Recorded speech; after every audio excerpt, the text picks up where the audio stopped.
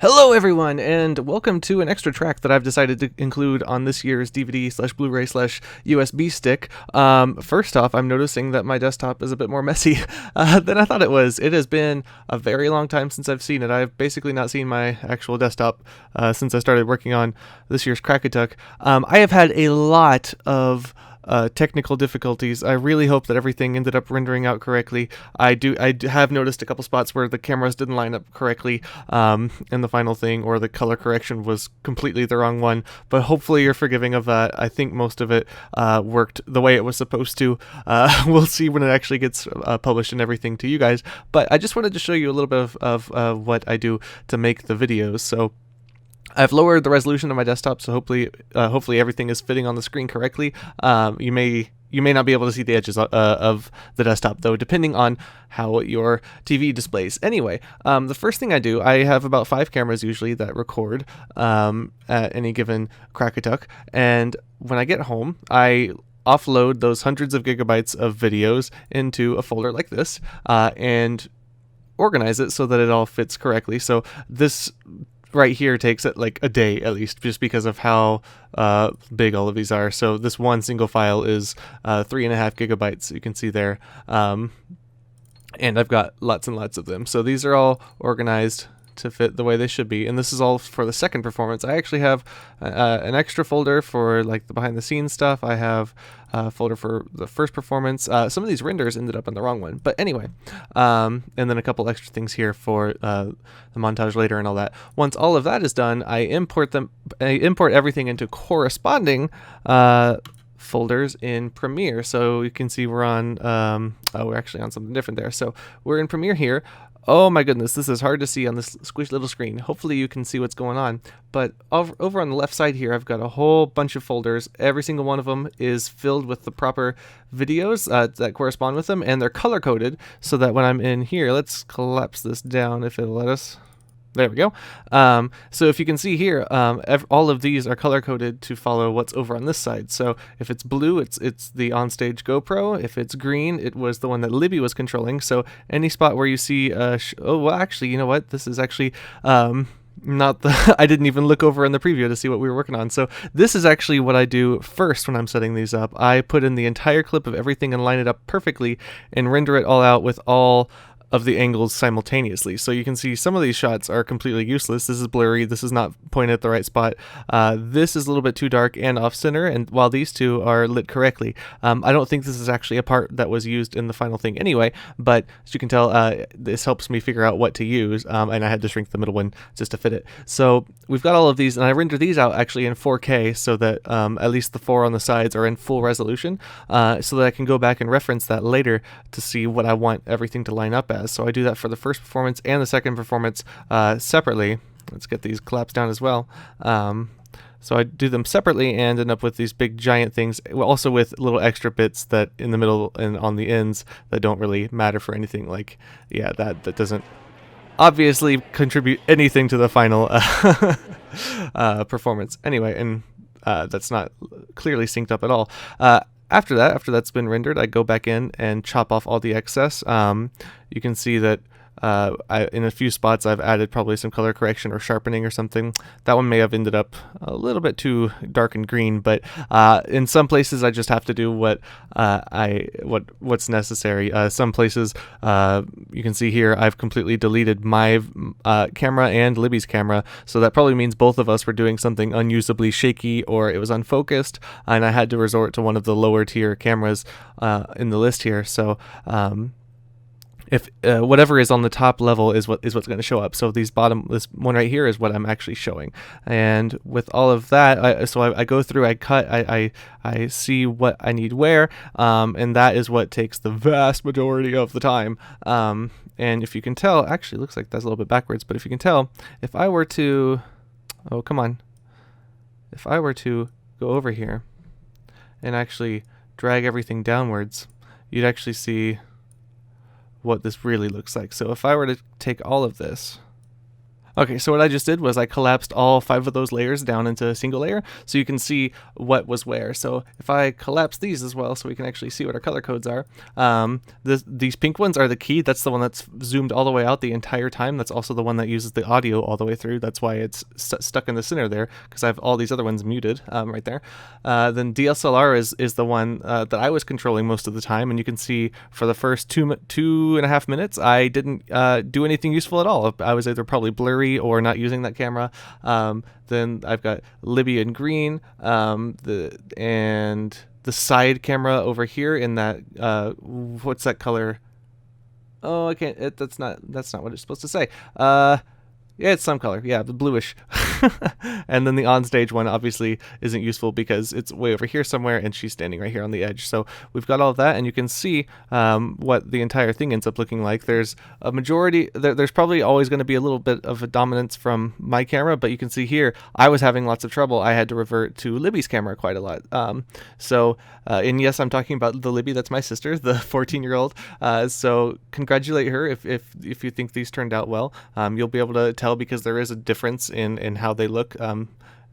Okay, I'm picking all the wrong. Oh, come on, let's go. There we go. So you can tell that you can generally tell what hers is because of it has a different quality to the image and everything. And generally, and maybe it won't be pointed perfectly, but it's generally the best one is what I've done with each of those. So once I've gone through and edited all of these together and done all this with the first and second performance and everything,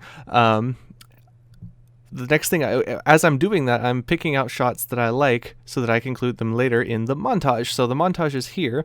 Now, if you notice, these clips right here with all that special extra stuff, that's obviously not what they looked like when I shot them. So actually, to do the intro portions of these bits, I'm doing this without a script, by the way, so I hope that this isn't totally rambling, but I can tell that it is. So what I do for these bits is I actually go into After Effects. You can see here I've typed Crackatuck in 2015, so if I go back, let's find that spot right there. So now that's obviously not what it looks like in After Effects because I have a whole bunch of things nested inside of each other. So I have this with the badges and everything, and what I can do, and this is actually the badge itself that grows out. So if we track, there we go. If we get scrubbed to the right spot, it looks like it won't be updating. I think my recorder might be inhibiting it a little bit. Anyway, if I turn that off, we don't need this render queue. That's actually what I use to save out the videos. Now, here we're going to have a problem. Refresh disabled, release caps lock to... Oh, I see the problem. Okay, my refresh is bound to my caps lock, which really stinks because that's the button I use to record with. Anyway, let's see if we can go find one where it's going to show... Ooh, bit of a cut there. Sorry about that. It just kind of was convinced that my caps lock button was pushed, and it wasn't. So anyway, you can see here I've ended up having to move my footage. That's something I didn't mention earlier, actually, was that everything on here is actually in my super fast gaming solid state drive. I had to, I sadly, yes, deleted Battlefield 4, Call of Duty, Black Ops 3, Wolfenstein, Ark, a whole bunch of games, like all of the big games, and it's going to be such a pain to download them all again, but it was just going too slow running off of one of my other hard drives, and you can tell my computer's really full right now, so I had to delete these games just to even make room for them on here. Just there was no place for anything right now. I have a very full computer, and this isn't even all the drives. So I got some unplugged right now. It's about 19 terabytes of space, and it's all full. Anyway, so you can tell it's been moved since I made this project, but what it is footage of just standard footage of a, you know, what's it called? Like a mat for a photo with a spot for a photo inside it, just hanging in real life with a nice bokeh effect and everything. A bit of an added lens flare and all that, but all of that is just real life footage. What goes on after that is that you can actually transform your images or videos or whatever and have them fit exactly and track exactly with this picture. And it was actually done manually for this one, not with some fancy tracking software or anything. And then on top of it, just to add a bit more nice looking stuff, you can see that snow right there, which I also used back in the montage. So in the montage here, we've also got this, which was another After Effects project. hope that you noticed how nice and smooth that looked. Anyway, back in here, I just said something and I don't remember what it was. Oh yes, so we added the snow back in front, and that looks all nice. But here, let's see if we can expand this up a bit. Is about where we start to transition in from the more stylized stuff into the actual shots of everything that happened. And if you do notice, usually the montage looks a little bit better than the actual performances. I obviously want the montage to look as good as possible, but I also encode this at a higher bit rate and everything. So between those two things, there's more detail just by how it is made, and there's also better color quality and everything because I put much more fine detail into making the parts of this look good. But if you can see here, right at this transition, we start to see something new happen. So we have this image right here, which is actually rendered out just like normal, just like those other things, but I have another copy of it right here. Now if I double click on it, you can see it's actually that exact same clip. So if I move forward, I've matched it onto that thing and told it to fade slowly in and to zoom forward, but at the same time I've put more snow in front of it and everything. So this is actually turning I'm starting to sound like a tutorial. I can't keep straight what I'm thinking of, but to make certain shots in the montage look better, I also add other things like snow and all that. Of course, all of these things have been done at some point randomly over the last month or something. So if it looks like a lot, it kind of is, but it's not like I did it all at once either. Anyway, so I've got all these things that are cued with the cues in the music and everything, different fades and everything that you saw. So once that is all done and I've got everything looking the way I want it to, I get ready to send everything out to be prepared for the final Blu-ray, DVD, and all that stuff, which involves another program called Media Encoder, and it just sits there for hours and hours saving out all of my stuff. So you can see the menu I actually have rendered out as a separate video this time around because I wanted it to look a little bit nicer. It actually has, if you didn't notice, the entire montage going on during the menu, and it's playing the overture music, which I generally cut because it's just a black screen at the beginning of the ballet with the music playing. So instead on here I've actually got it playing. Come on, you can probably hear it just barely now.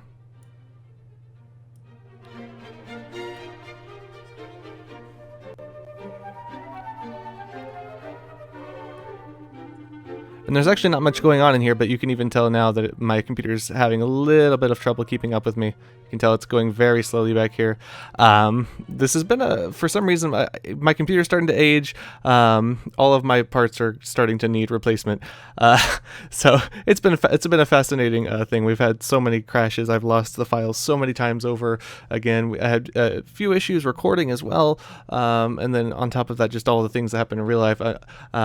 So if that hasn't explained, well, that hopefully explains why I was a little bit late this year. Anyway, so I've finally got all this rendered out, and yes, the menu isn't actually just a video. All of the text is incorporated into it. When all of that's done, we go into Encore, and I think the amount of, I had failed to mention, but I think the amount of footage I had was probably about 4 hours per camera, so probably about 20 hours of footage to go through and get down into two-hour things edited together, plus the montage and all that. But since I made those director's views, I'm trying to cram them onto at least the Blu-rays as well for you. So hopefully they all fit. If they didn't, then you might have a little extra appendage of a menu that doesn't do anything. That'll be interesting. So in here, I'm in Encore. This is an older program, but it still works well for this. I've got my main menu here. We can see that. And it's set up so that if I click on them, see I have my little buttons and everything. They're all keyed, and you can see our flowchart to go to different things. So first we start out with the actual Krakatoa DVD being loaded, then it goes straight to the montage, then loads the main menu, and after that, all of this. So we've got a nice little, man, I'm talking a lot. We've got a nice little map of everything that's going on.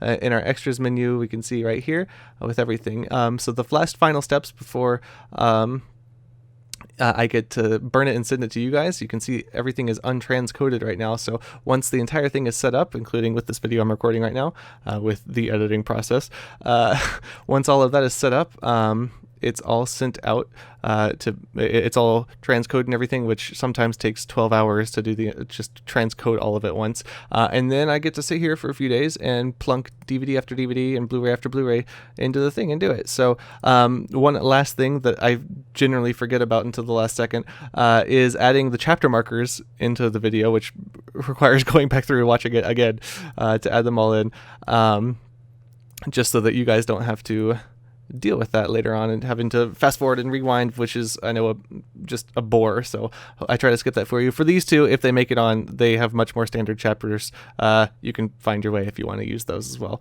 I include that just so you can see the other angles, to see why maybe I chose to use a certain thing, or maybe in some cases even call me out on a mistake I made. Anyway, I hope that you enjoyed just seeing some of the process. I did at one point, just after the filming, upload a video just showing the cameras that I used and everything. I probably won't be including that here, but other than that, I hope that you enjoyed this little look into some of my process, and I hope that you enjoy the ballet as well.